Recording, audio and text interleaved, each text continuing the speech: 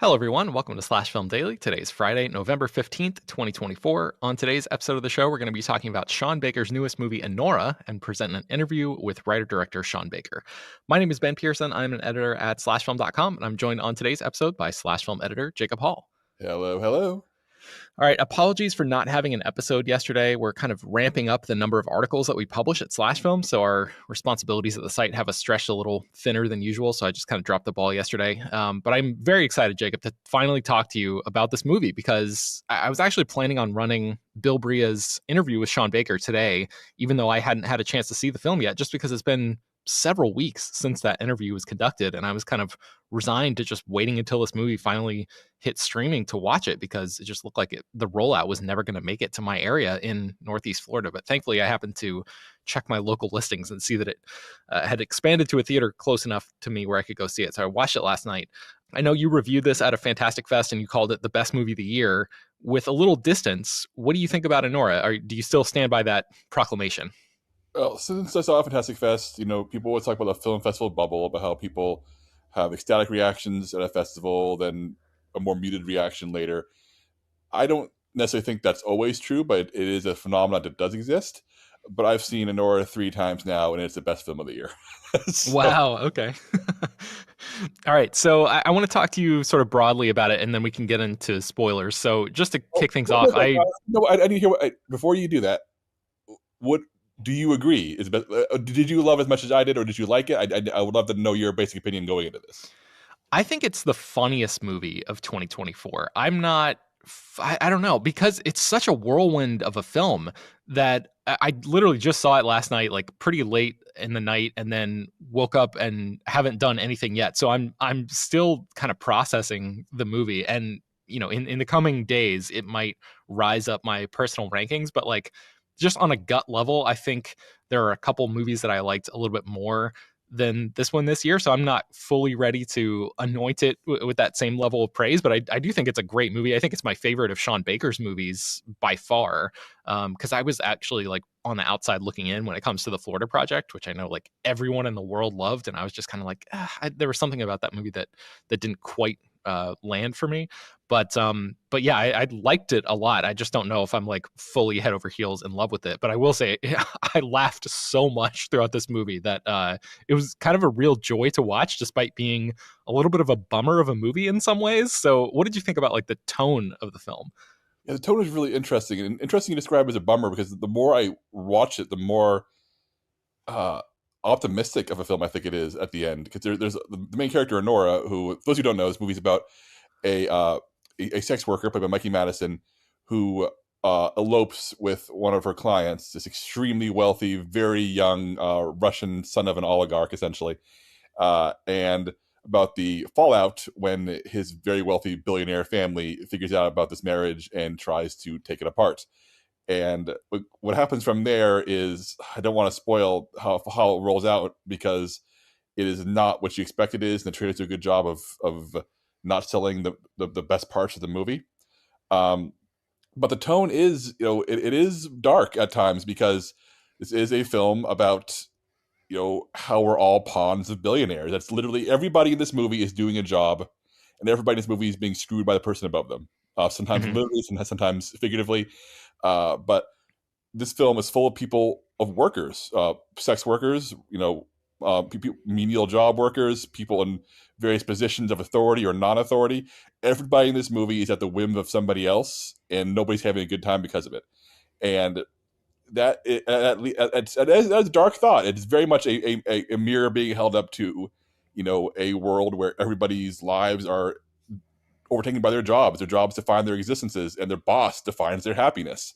And that's running throughout all of Honora. Every single scene of Honora is about that in some way. But it also has the energy of, I wrote this in my review, so I'm going to paraphrase myself here. What if a Howard Hawks comedy from the 1930s with Captain Hepburn and Cary Grant was also Uncut Gems? It's kind of the tone Yep. here, Ben. It's kind of how I describe it.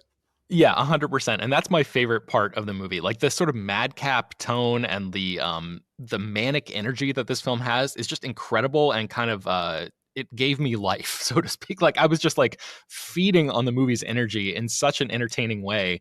And then it kind of, there will be moments where it takes a little bit of a darker turn, or that those themes that you're talking about come more to the forefront of the movie, and you kind of get hit with these waves of realization of like, despite how fun this movie is in several aspects, there's this underlying element to it where it's almost a tragedy in certain senses. So yeah, it's a really tonally interesting movie, and I'm not 100% convinced, especially that the ending really worked for me. I like going out on the note that this movie goes out on. I thought was an interesting choice given the tone for the majority of the rest of the movie. So we'll talk about that in just a minute. But before we get into spoilers, any other sort of broad statements that you want to make about this movie? Mikey Madison is incredible. I've seen her in other things. She was in one of the most recent Scream movies, for instance. She had a small role, a memorable role in Once Upon a Time in Hollywood as one of the Manson followers. But man, what a transformative role! Like I'm instantly so excited to see what Mikey Madison does next.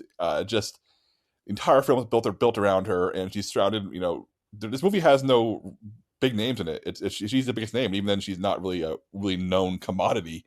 Mhm. But she carries this movie, and the rest of the cast is great too. But it's just a phenomenal performance. And I know Oscar talk is bullshit, but man, I would love to see her walk away with a statue.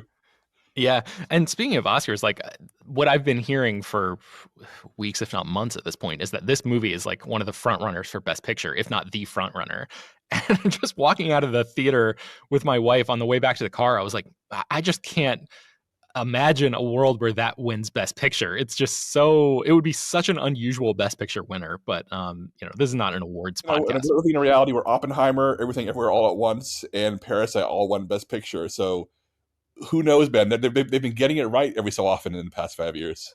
Yeah, that's true. That's true. Okay, so let's now pull the curtain back and talk fully about this movie. Specifically, I want to talk to you about the very end of the film, because the choice to end the way it does, I think, is a really interesting one. So, what did you make of the ending of the movie? It kind of ends on a little bit of a dark note in a way. Yeah, this is where I've had a lot of conversations about this ending and about whether it's a dark, bleak ending or if it's actually hopeful. And I lean toward hopeful, and here's why. Uh, because you go into the movie thinking that this is the story of Anora falling in love with this rich kid, and you keep expecting him to whisk her off her feet and learn to grow up and stand up for her. And that doesn't happen at all. He's such a piece of shit and revealed to be Yep. just a spoiled brat. And the real story of the movie is on the worst day of her life, Anora meets Igor. That's the real. When the marketing describes Anora as a love story, that's the love story that's going on here. And I talked to my wife about this because the first I noticed that Igor was like in love with Anora at one point in the movie, like deep into the running time. Um, I asked my wife, "What did you notice?" And she said, "Oh yeah, I noticed, but she noticed much earlier than I did." I talked to other people, and everybody has a different point in the movie where they notice that Igor has fallen for Anora, and she has not realized it yet. Uh, and because the actor who plays him, he's very soft spoken, he has very soulful eyes, and he's just like being amused and bemused by everything that's happening around, with Anora, and he is like steadily grows, more comfortable with her and more protective of her and more willing to put himself on the line for her. Hmm. And the emergence of this love story in the middle of this chaotic, feel bad day for everybody uh, is like this real lot, like hopeful light. And in the end, when she when they're having sex in the car and she breaks down, to me that is not like a hopeless situation. That is her being with the guy who is better for her, who's there for her, who's going to support her, and she's let her guard down after 2.5 hours of a movie where she's always playing a character, where she always has her guard up on a high, where she's always posturing and being tough. She's with somebody who she can cry with and who she can grieve what she's lost with. And I Hmm. think that is the breakthrough moment where her and Igor, maybe it lasts forever. Maybe it's a 2 week long romance. I don't know. But she has found a guy who she can be herself with. And that's why I think it's a hopeful ending. Yeah, I'm not sure what the future holds for those two characters. If they're if the movie's trying to insinuate that they're gonna be like the true love story and they're gonna be the stable relationship, the stable couple that comes out of this whole nightmarish scenario. But I do think the first thing that I thought about this morning when I woke up, like my eyes woke up and I was like, huh, I feel like this movie, the ending of this movie is kind of like a death in some ways. It's a death of the Annie character that Anora was playing. Like this movie is called Anora instead of Annie for a reason, I think. And I think the ending of the movie is the wall that you alluded to is finally breaking down, and it's like that entire persona that she created, the sex worker persona, uh, the character that she's playing in those environments because of this frenzied scenario that she just experienced and like coming so close to living the life that she thought she wanted. And even when that fell apart, coming so close to getting a big payout and like essentially winning in American society, like what that looks like, but then having even that yanked out from underneath her. I think it was too much for that persona to withhold or to withstand rather. And so I think the ending of the movie and that breakdown is the full transformation from Annie into Anora, which is because Igor said earlier in the movie that he preferred that name, and she again had those walls up and was talking about like names don't really mean anything in this country. We don't confer meaning in the same way that other countries do. I just think that because of the title of the movie and because of all those things I said, that is what Sean Baker might have been trying to go for there. That was my read on the ending, anyway. No, I think that's a great read. I think that both of our reads on it are complementary. So neither I, so I think we're both circling the same general idea, which is great. I love Mhm. that it's ending. Let's have this conversation. But I want to talk about a more simple pleasure. The the middle chunk of the movie where the I don't even want to call them henchmen, the babysitters, Toros, Yeah. shows Yeah. up to figure out what's going on with this marriage, even leaving behind a baptism, which is hilarious.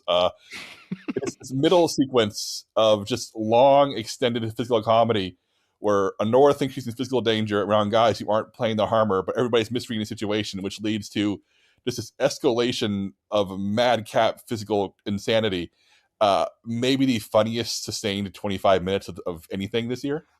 Yeah, I think so. I was cracking up. Like, yeah, from Toros receiving the phone call or the text or whatever it was during that baptism and sort of like squeaking out the word no as he realizes like the truth of what's going on in this house. Yeah, pretty much from that moment on, it's just this, yeah, incredibly sustained high level extreme comedy that and there are like little flourishes of moments of like, oh, is Honora in real danger here? And I was so thankful that the movie didn't go there because a different type of movie absolutely could have gone a whole different way with that. But Sean Baker is not interested in that. He's like a humanist filmmaker, and he at least in this film, I haven't seen all of his other work, but the tone of this movie I think walked that line pretty well, where like you're not quite sure what these guys are going to do, but ultimately everything is okay in terms of like the physical violence or whatever the threat of violence that kind of is hanging over that scene. And ultimately, Honora is the character who is, or Annie, I guess, is the character who's dishing out more violence than anybody. She's like biting and scratching and going nuts. And my God, yeah, just the way that scene like cuts to Toros like running back and forth with the scarf trying to gag her, and like just the pure craft of that on a comedic level is just so highly executed. I love that. And the idea is that none of them are each other's enemies. Ultimately, they're all the tools of the same billionaire family who are calling the shots in all this. They're all the working class. They're all workers, and they're all being turned against each other by the forces of capitalism, even though they should be allies. And as they kind of weirdly become, I don't want to say friends, but friendlier, as they all realize that we're all in this together throughout the movie. Man, like as funny as the movie is, like it really is such a powerful allegory for like how workers need to take care of each other and realize that, hey, your fellow person out there grinding through their day is not your enemy. That's your ally in the fight against whatever the hell our future is. Yeah, 100%.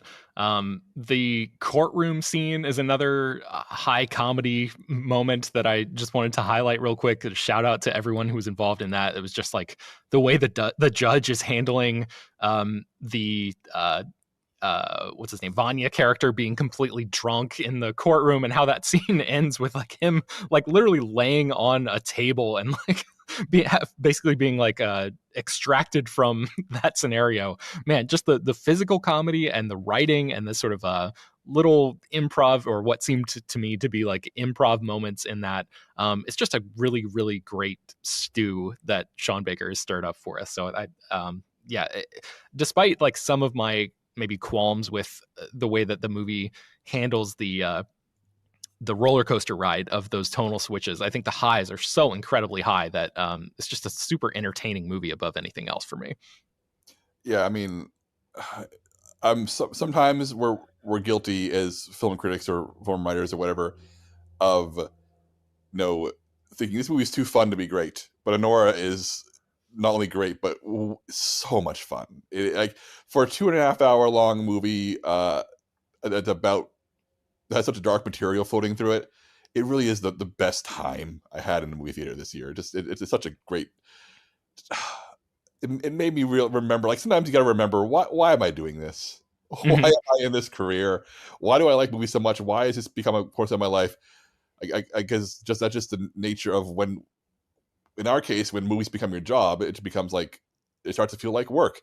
And Honora is the kind of thing that arrives, once or twice a year that sweeps all papers off your desk and goes, "Oh yeah, that's why I love this shit." And that's Honora for me. Yeah. Okay. So before we wrap up and transition into the interview that Bill did with Sean Baker, I was just going to ask you, because you've seen it 3 times, was there something in the second or third viewing that you picked up on that you missed the first time around? I don't want to say I miss these details, but I appreciate how when you first see Toros and some of the other characters very early on, like sitting on the sidelines of Vanya's party, the first time you watch it, you think, "Oh, they're bodyguards," and the second time you watch it, you go, "Oh no, they're babysitters." And details about how you start realizing that Igor is interested in Nora so much earlier. Like when you watch it again, like this is his dialogue-free reactions to her, where he starts to like become like charmed by her. It's so much earlier than I expected. Like that storyline's happening in the background for much longer than I initially thought. So just the little Mhm. details are all there, and it rewards those multiple viewings for sure. Excellent. Okay, let's take a break and then we'll come back and get into Bill's interview with writer director Sean Baker. Hey man, how are you? Good, man. How are you? Good. Congratulations on the film and the big Beyond Fest premiere last night. Oh, thank you. Did you get your trading card, the Beyond I Fest trading did, I did. card? Yeah, I'm Nice. glad they used a 10-year-old photo. I look better. We'll take that up with Patrick. Um, so I wanted to first talk to you about how, I mean, this is a frequently hilarious movie. It's so fun and so funny at times. Your ensemble of actors that keep things at such a high farcical pitch. I wanted to ask about, did you get any rehearsal time with any of them? And especially maybe breaking down the fight struggle scene that's so extended in the middle of the film that's so glorious. Like, how did that come about? Was it, more on the fly, or was it really prepared and rehearsed? We had more time to rehearse on this film than I've had with any of my previous films. And I really started to appreciate it early on in the process, so we kept it going.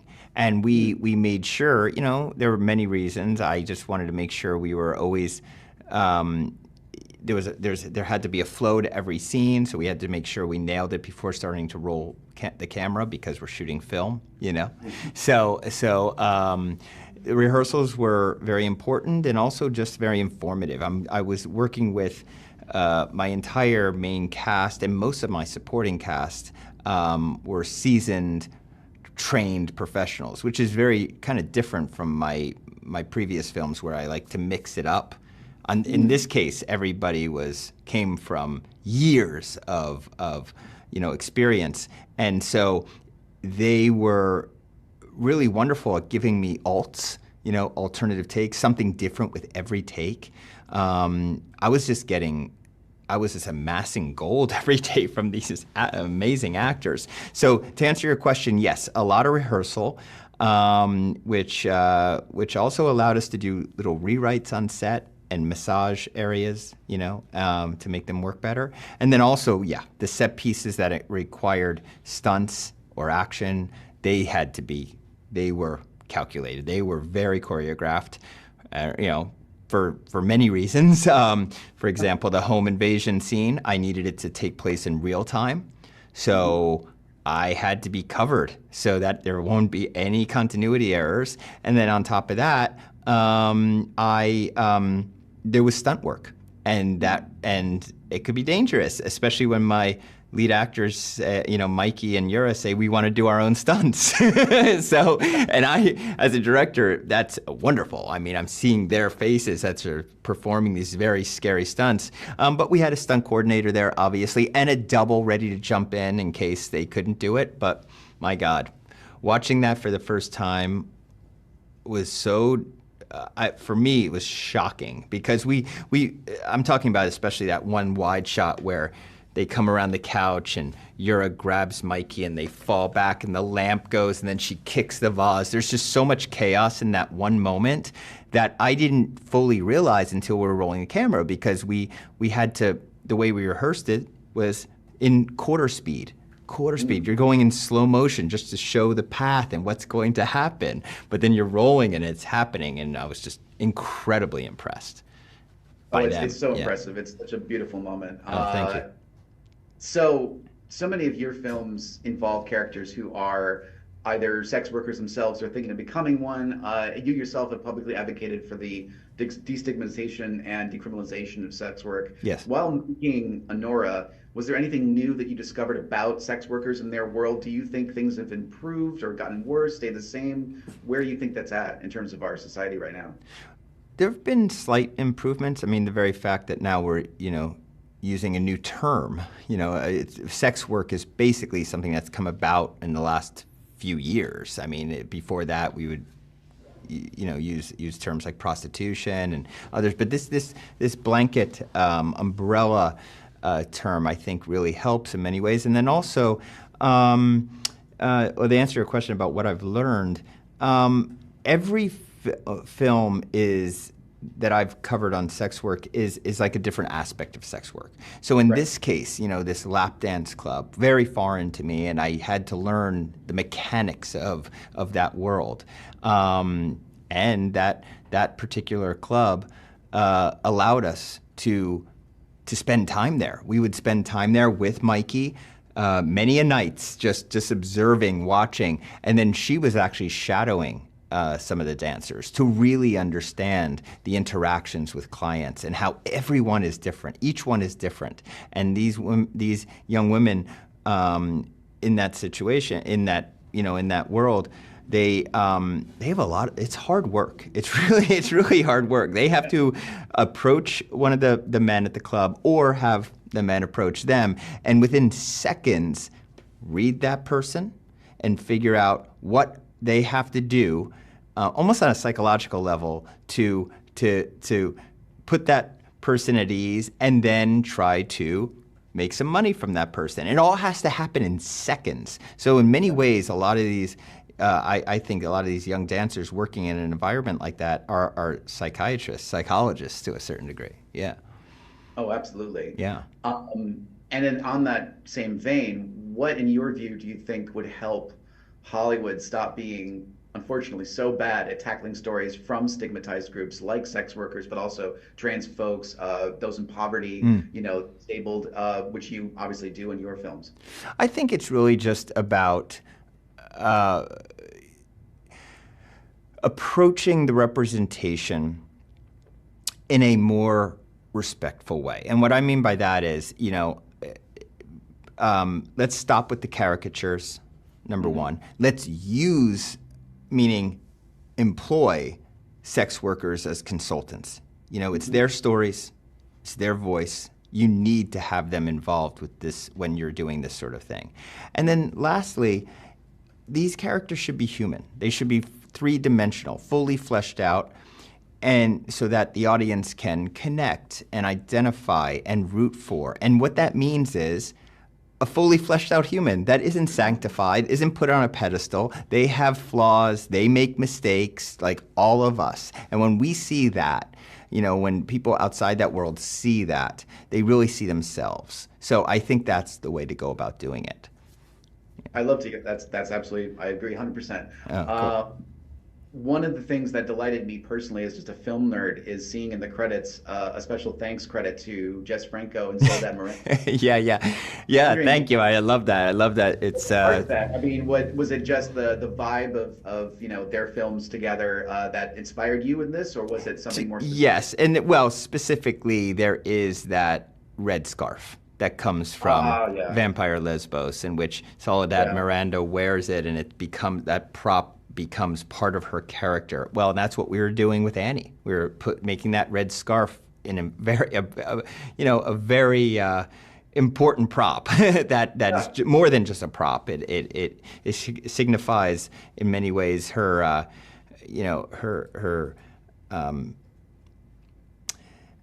her suppression in a way. I mean, this thing is being held to. This thing is being used to silence her. right. And yet then she has to use it for her own comfort and warmth. And so we're playing with that. And then also, just I could have thanked a million filmmakers. I mean, you probably see my influences there. I'm wearing them on my sleeve in this film, but I think it was also probably that relationship, how he shot Soledad Miranda in those couple of films that he made with her. I started to recognize that that's how I was shooting Mikey on the set, and she was literally in every shot of the entire film, just about. And so was Soledad in those movies. So I felt it was appropriate, and I also wanted to, kind of call attention to those movies to general audiences who may never have heard of Jess Franco. Absolutely. Yeah. And I mean, you have had a direct impact on my cinematic life thanks to your Letterboxd account. Oh no. Fernando de Leo's To Be 20 because of Oh. your review of it. Oh, And great. I was, in the way that you approach your films like Anora, the fact that they are unflinching character studies, they aren't afraid of taboo material, so on and so forth. Are you trying to put a little bit of what's the word, brazenness of European cinema and exploitation films of the 70s back into the American mainstream? Is that something that's a goal of yours, or is it just something you're interested in? You know what? I think so. I think it is actually a goal, meaning that I'm missing that stuff. I'm missing that audacious, approach to storytelling, almost unapologetic. Not in any way mean-spirited. I don't think mean-spirited. I think it's just we've lost the capability of laughing at ourselves and laughing at maybe perhaps dark humor or off-color humor. And I would love to see us get back there. So yes, this time around, I think there was a more of a conscious, this is what I'm doing here, and if it excites people again, if it reminds them of the way it used to be, that's what I'd love to see. Yeah. Absolutely. Your films have such a specificity of place. I mean, you named one after Florida, for goodness sake. This one, I lived in New York City for 15 years, and I absolutely felt the vibe of the boroughs, the whole, going to Coney Island at 2 a.m. sort of thing when it's freezing on the beach. Yeah. How do you approach location work in your movies? Is it all, scout? Do you guys have a really good scout? It comes back to you with these ideas, locations. Is it from a script level?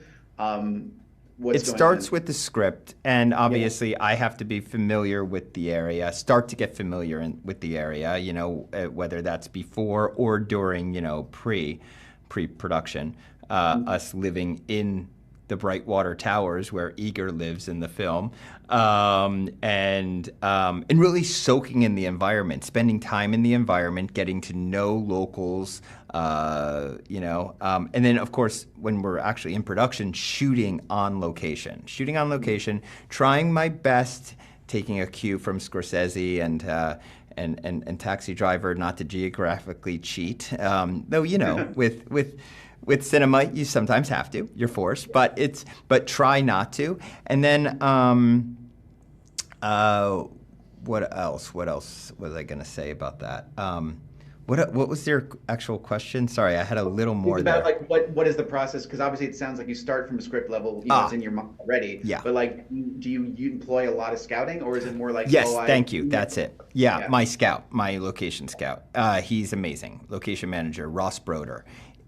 He got me every location I wanted. I mean, and it was collaborative. Like, for example, with the mansion, I just Googled biggest and best mansion in Brighton Beach, Google, and this thing came up, and I said, Ross, I need this one. I need it. And he got it for me. And we got the famous Tatiana's, and we were able to shoot outside of this, next to the Cyclone. You know, just really celebrating, I think, this really picturesque environment of Brighton Beach and Coney Island.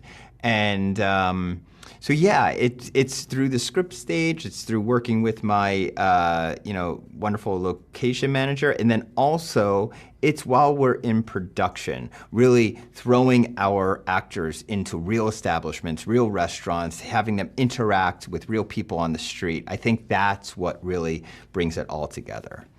Yeah. And then just to wrap up, I know you are not in any way, shape, or form, not to put it on you, but you don't seem like a franchise filmmaker. Yeah. But you know that people like, obviously Truffaut did the Antoine Donnell films. Were there any characters of your films that you've ever felt like revisiting? Would Anora be one? Oh, that's interesting. I do have Easter eggs throughout all my movies that kind of pull them together. There's actually a Red Rocket Easter egg in Anora. I won't tell you what it is, but it's there. And that's interesting. In many ways, you could say the Mikey character of Starlet is the Mikey character of Red Rocket, just played by two different actors. You could say that. But we'll see. We'll see. I love all of my characters, and it's mostly because of the way that my wonderful actors have fleshed them out. So I would love to see any of them return. Yeah. Awesome. Yeah. Well, I love your characters too, man. I can't wait to see the next one. Thanks, man. Thank you so much. All right, Jacob, any closing thoughts on Anora? I mean, I'm guessing we'll probably be talking about this movie in some capacity again as the award season ticks on or whatever. I just wanted to shout out another scene, the candy store scene, like with those friends characters. I mean, the Vegas trip alone was just like wealth porn of the unimaginable variety, just like, oh my God, I can't believe when they go into that hotel room where like all the liquor bottles are laid out. It's just like, man, this is like pure fantasy type of stuff. But then contrast that with again, like the sort of worker centric, like these people are just working what seem to be like almost summer jobs or something. I know this movie takes place in winter, but like at this little candy store where like the owner is just kind of like blitzed out of his mind. It doesn't really care about anything. And then things escalate and all the candy stuff gets smashed and bats are being swung around. And it's just like, this movie is frenzied on a level that is unlike anything else I've seen this year. But any other scenes or moments or aspects of the film that you wanted to call out before we close it out? I just think that the first chunk of the movie, which is the romance of Vanya, is a really entertaining whirlwind.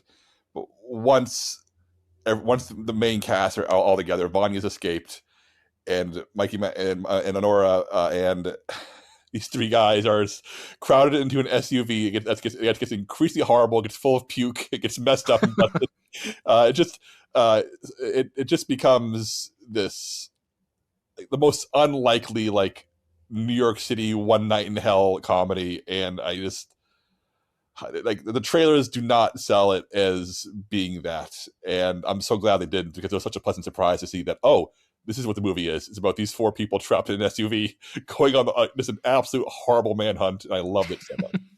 Absolutely. All right. Well, that's going to do it for today's episode of the show. I'm going to link to Jacob's review of Anora, and you can find that in the show notes and get more into his thoughts there. You can find more about Anora at slashfilm.com. I think we have a few other articles up about the film, and if we don't by now, then we probably will very shortly. Slash Film Daily is typically published every weekday, bringing the most exciting news from the world of movies and TV, as well as deeper dives into the great features you can find on the site. You can subscribe to the show on Apple, Overcast, Spotify, wherever you get your podcasts. Send your feedback, questions, comments, concerns, and mailbag topics to us at bpearson@slashfilm.com. Make sure to leave your name and general geographic location in case we mention your email on the air. Don't forget to take a minute to rate and review the show on Apple Podcasts or Spotify. That really helps out a lot. Tell your friends about the show any way you can. We'd really appreciate that. Thanks for listening, and we will talk